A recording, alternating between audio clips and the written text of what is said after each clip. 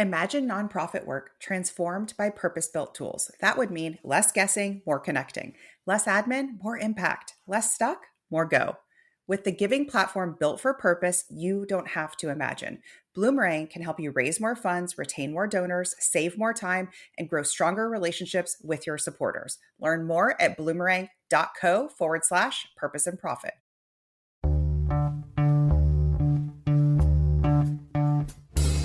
Welcome to the Purpose and Profit Club podcast for nonprofit leaders, mission-driven creatives, and social entrepreneurs. Get ready to stop dreaming and start doing. Here, ideas become action. We prioritize purpose and profit. You ready? Let's go. Welcome back to the Purpose and Profit Club podcast. I'm so excited to record this episode. First, I just want to say hi and hello, and thank you to so many of you who have booked sales calls with me with this recent launch.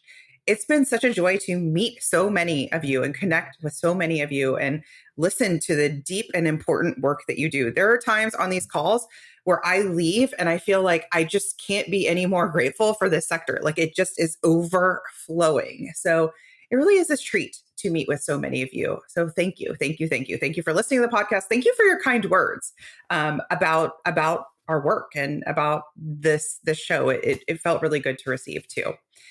Today, we're going to talk about the wild world that we live in now, the wild world that was January, and the just tumultuous times that the most recent kind of grant funding, the federal funding that was paused in January with the new administration, and then kind of paused and frozen, and then the grant funding was unpaused and you could access it.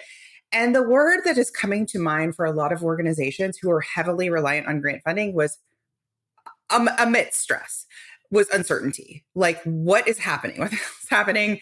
What's going on? Everything feels really uncertain. And even if you're not heavily reliant on grant funding, that feeling of uncertainty, like I don't even quite know what's happening, I've been hearing a lot of. So we're going to talk a lot about that. We're going to talk about grants disappearing. We're going to talk about, are they reliable anymore? And other signs that I'm seeing that your strategy needs to shift. Because like I said, I've talked to so many of you lately, and there is a through line. There is a commonality that I'm seeing. There's a trend line of things that you need to sunset, things you need to do more of, and things that maybe that were reliable sources of funding that just aren't anymore.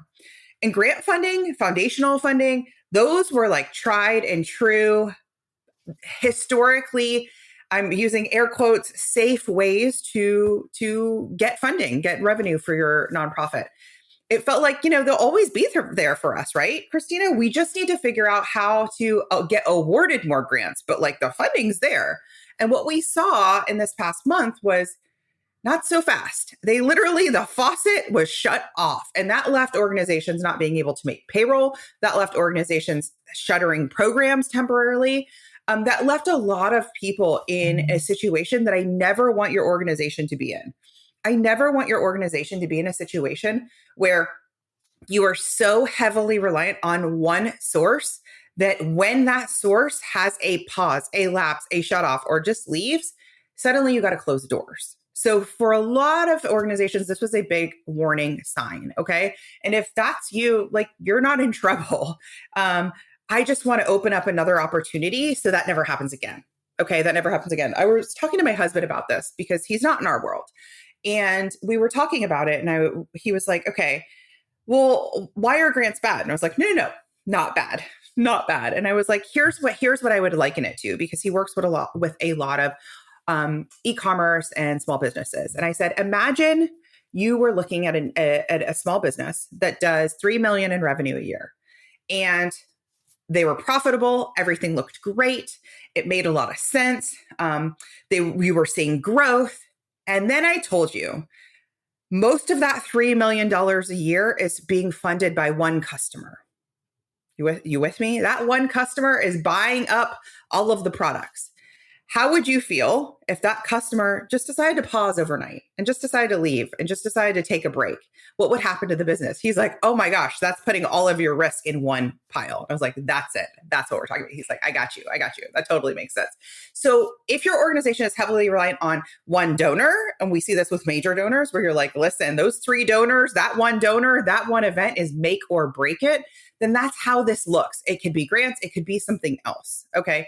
So that's why it's really, really important to sort of go, is this really safe and secure? Or is this giving us a false sense of security?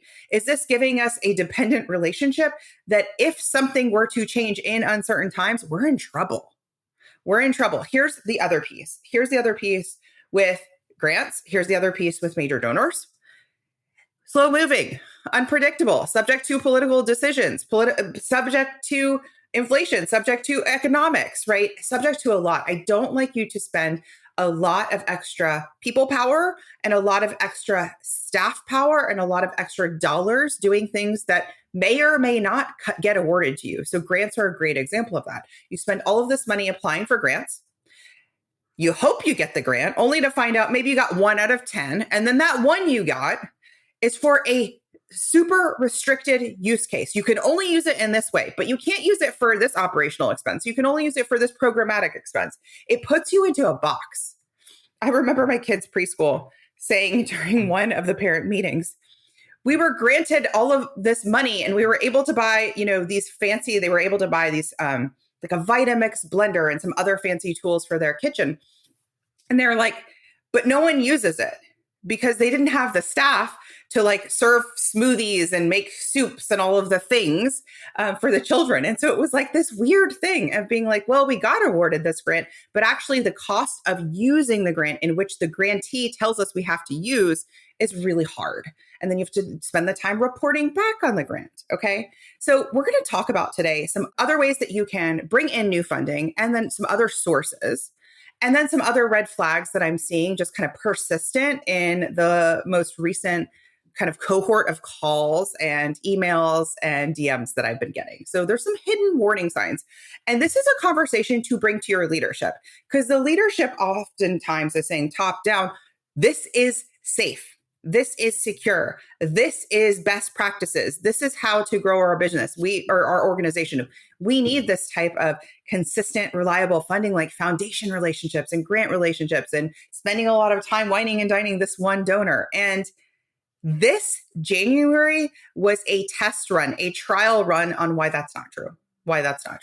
So here are 3 more big funding red flags that I've been seeing. The first one, you're paying for social media and there's not ROI.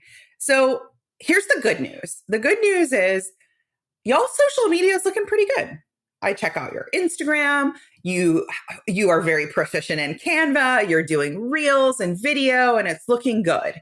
And then I say to you on a call, you and I are talking, and I say, tell me about your social media. Oh my gosh, our social media person is awesome. They really like it. They really like what we do. They're really invested. And I think our content's really fun. Cool. Has it brought in any fundraising dollars? Silence. No. Has it helped your blah, blah, blah campaign? Has it helped your membership drive? Has it helped your program enrollment? Has it helped bring in new monthly donors? Big, zero, quiet, silence. No. Okay. So we need to do a check-in. Okay. We need to check in. If you're investing in content creation, social media management, ads, etc., resources and time, but no fundraising revenue is coming in from that, or no action is coming in, no result of that is the result you're looking to see, increased enrollment, event sales, etc., is happening, that is a red flag. The channels look great, but that's where the success stops. This is not about vanity metrics. This is not about vanity aesthetic. Like we look pretty, right? Pretty posts don't pay the bills.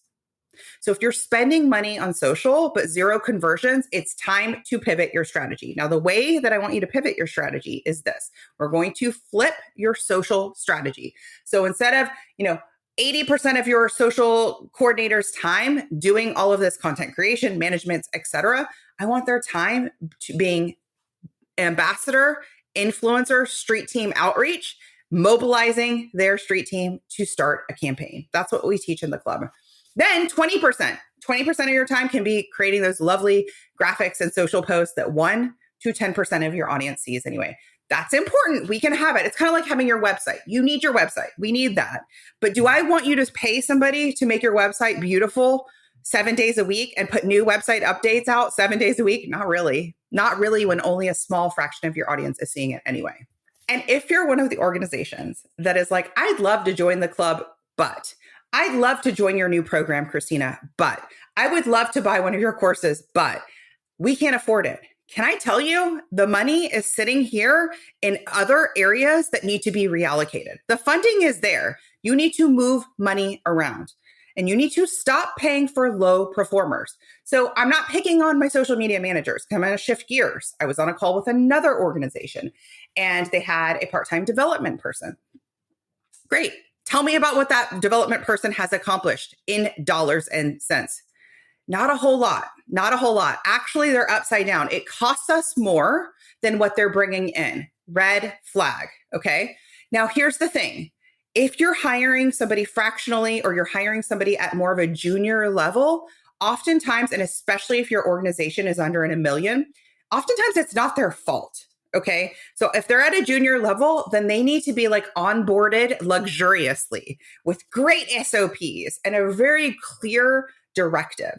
And that may not be the case for your organization if you're under $1 million, because they may not be there yet, right? There is no, it's a little bit of like, I don't know, fly by the seat of my pants, right? I'm just going to do some donor outreach. I'm going to do some marketing. And I'm going to send some emails and hope that it works. That is not a strategy. So what we do in that case is we have that development person go through our program, that person go through our curriculum. Now we've capacity built. We built them up to speed. Now we give them 60 days and we say, okay, has it changed? Has the result they're creating that they're here to create changed? Has it improved? If it has, beautiful, great. Let's continue to give them coaching. If it hasn't, it's time to find the right person for this. So this is not about, I love them, I love their energy, and they're really great. Okay, cool. But are they actually performing the result that you're hiring them to do? Okay. Here's another big one. The board thinks we just need to hire a marketing agency or a PR team to get the word out. That'll fix everything. Okay. And let's kind of like back into that. What does a marketing team or a PR agency do? So a PR agency, this came up a lot in my webinar when I was talking about influencer marketing. So a PR agency has their own network of influencers that they go to the same pool again and again and again. So you're going to pay a PR agency $5,000, $10,000 a month on retainer so that they can write a press release one time, upload it to a newswire. That's not helpful. And then go to their same pool of influencers and pay to play in a very transactional way to talk about your organization. That is not a street team. That is just bought and sold ads, okay? That is not heart-centered. That is not matching purpose with social good. That is not it at all. And if your board wants you to hire a PR team, you better have a good reason why. Are you rolling out a new partnership with LeBron? Okay, that might be press worthy, right? Are you doing something that is true press release worthy? Because a press release will not fix your problem. I've sat on a lot of calls. I'm thinking about a couple more historically where they're like, can you write a press release about this? And it's like, I can, but why? What are we accomplishing with the press release? Oh, well, we want to get more program enrollment. We want to get more major donors. Y'all, a major donor does not come from a press release, okay? We want to get new monthly donors. That's not going to come from a press release, okay? So it's really important to make sure that you're not just throwing this over a wall to an agency is going to solve your problem. Press coverage, hiring a marketing firm will not magically unlock donor dollars. The call's coming from within the house, right? It has to start with you.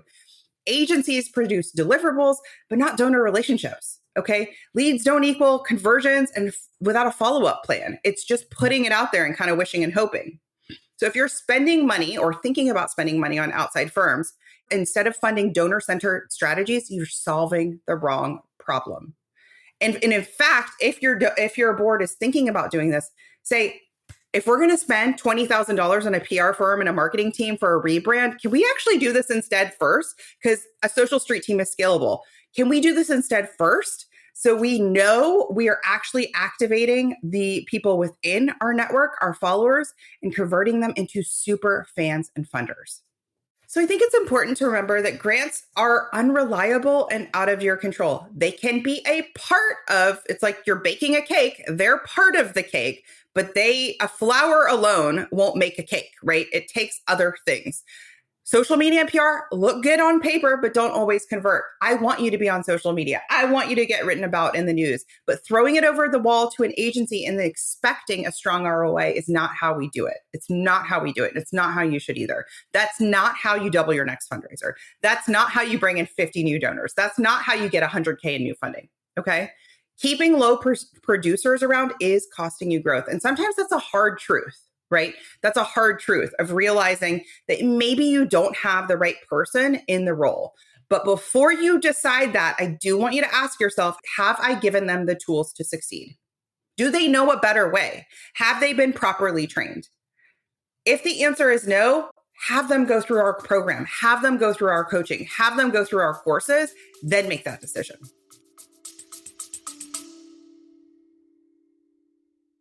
Nonprofit leaders, the club is open. Slow fundraising cycles are out and fast, bold, scalable growth is in. This isn't business as usual. The club gives you the blueprint and the coaching support to double your next campaign, turn followers into funders, and tap into the $127 billion creator economy to drive major funding without extra staff or stress. Book a free game plan call with me today, and let's map out your next record-breaking fundraiser. The fastest and most effective way to create sustainable funding now is through individual, private donations, and influencer-led campaigns. It's not through some sort of long cultivation cycle. It's not through long-term foundation relationships. It's not through a legacy giving, which takes years and years and years to see that gift. It's not through endowments. It's not through any of that. I was sharing a lot of examples on this most recent webinar. And, we look at things like the Ice Bucket Challenge, which raised $220 million in 8 weeks, right? We look at things like Twitch streamers that have raised millions of dollars through charity campaigns in live stream campaigns in a week at a time. We look at things like Charity Water's birthday campaigns, which one person for their birthday campaign they have multiple people who have raised over $1 million as a solo birthday campaign. We look at things like Brooke Eby, who is such a champion for ALS, who herself has raised over $70,000 for ALS research in collaboration with Salesforce, her employer. Come on. Such a good collaboration. We look at things like Tess Bones' live stream as a Swiftie, bringing in other Swifties who raised $60K for the Rainbow Railroad, who raised over $30K for domestic violence. These are in collapsed timelines. She did that in less than a week.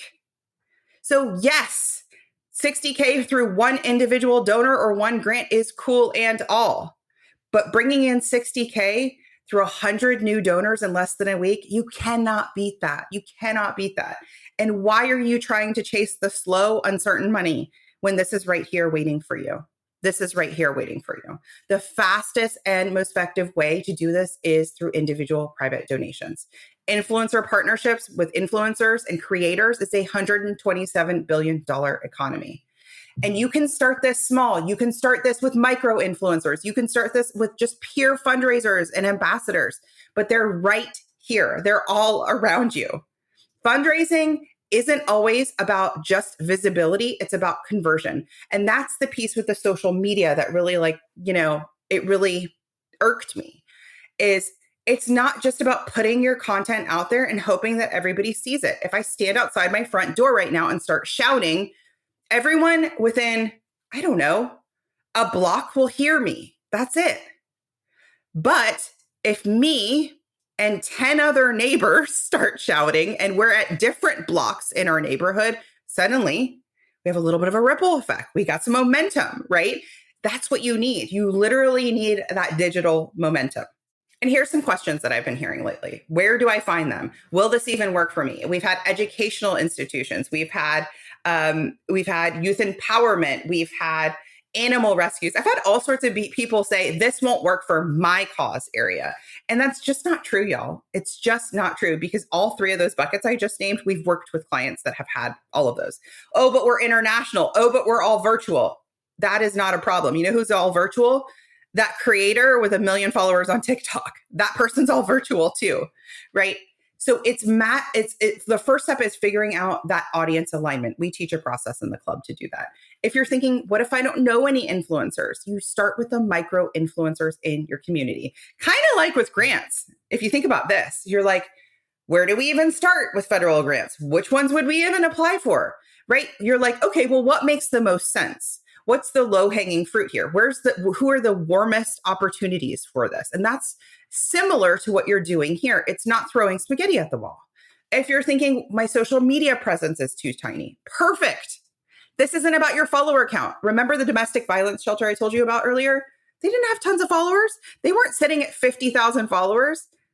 They had less than 3,000. It wasn't about their audience size. It was about the audience size of their ambassador, of their advocate, of their person championing this nonprofit, this mission. If you're thinking my team is too small, your team is too small, influencers bring in their own audience. You don't need extra staff for this. In fact, you're probably contracting out or currently have staff that could be allocated for this. This is higher ROI. That grant writer, somebody was saying like, yeah, you're paying a grant writer to write this grant for $5,000. You don't even know you're going to get. And if you get it, it doesn't compound. It's one and done. If you get it, then you got to pay the grant writer to report on it. It's like, why are we doing the things we're doing? Have we stopped to ask, is there a better, faster way? And that's the part of me that loves the for-profit sector so much, because that's a question they ask themselves every single day. Is there a better, faster way? Is there a better, faster way? The answer is yes, there's a better, faster way. That's why we invest in tech. That's why we invest in automation. That's why we innovate. That's why an organization like Charity Water has collapsed their timeline and seen so much growth in such a short period of time. That's why they're a $100 million organization and really just getting started. They went digital first. They went ambassador first. They went bold school, not old school in their storytelling. They were willing to create their own path. They said, all right, we are a nonprofit, but here's the nonprofit highway. We're not going on that highway. We're going to go build another highway. We're going to build a road. We're going to go on a dirt road instead. I see no one else has carved this dirt road path very much, and we go. That's how you do it. And if you're thinking this sounds too complicated or out of reach for us, or too expensive, or maybe later, you already have potential donors in your network. You just need a strategy to convert them. You just need a strategy to upgrade them. You already have wasted budget that could be redirected towards real results. That's a hard truth, right? You've already thrown good money after bad. What do you want to do instead this year? You already have the ability to build funding momentum. You just need to shift focus. I'm thinking about another executive director I talked to, and I was like, oh, you're so close. You've done so much. Now it's like we're going to add fuel to the fire, right? This is the next layer. I've worked with organizations that have reallocated funding from low performing marketing agencies, grants, tactics, teams, stagnant social media efforts, and put it into strategic fundraising systems. This changes everything from birthday fundraisers to micro influencers, partnerships. This strategy scales fast without needing a big team or a giant budget, without needing a bunch of grant writing contracts, without needing contractors, without needing a bunch of long-term donor cultivation, fancy gala events. We didn't even get into events. But by the way, why don't you pull money that you're spending on flowers and food for your event that barely nets anything and costs you a lot of time, and try this instead. Pull some time, pull the time from the staffer who is absolutely overwhelmed with planning that annual gala that it has turned into a time suck. Take that off their plate, or take some of it off their plate and invest in these strategies now. So if grants are pausing, disappearing, influx, whatever they are in the future, if social media, the algorithm feels so hard. I was looking at a social media report about last year, and we saw in Instagram, we saw in a couple social channels, some decline in engagement, some decline in visibility. I get it. And it feels hard. If sinking money into PR firms, if sinking money into other kind of fractional help isn't working, it's time to shift your strategy. So very often your nonprofit doesn't have a funding problem, it's a reallocation problem. Where do we want to really reallocate two things? The time, the staff time, and the money, the resources, the money we're spending and the time, right? Where do we want to reallocate that? So if you're ready to stop spinning your wheels and actually grow, I want you to book a call with me. Book a call with me. You can click the link in the show notes and let's talk. In the meantime, I am here. I am sending you virtual high fives and hugs. I know it has been a challenging, weird time with this federal cycle on, off, snip, snap, snip. And I'm very, very hopeful that gets resolved and that doesn't happen again. In the meantime, I am also very, very hopeful that you put your organization in a position where it is no sweat if it does. I'll see you next time. Hey, high achiever. I know your sights are set on ambitious, world-changing goals. In the Purpose and Profit Club group coaching program, you can get the support, motivation, and strategy to accelerate your impact. I like to say it's where the inner work meets big impact and big funding. Go to splendidcourses.com/waitlist and you will be first to be notified when we open up doors, and you'll get special bonuses when you join our waitlist. See you inside.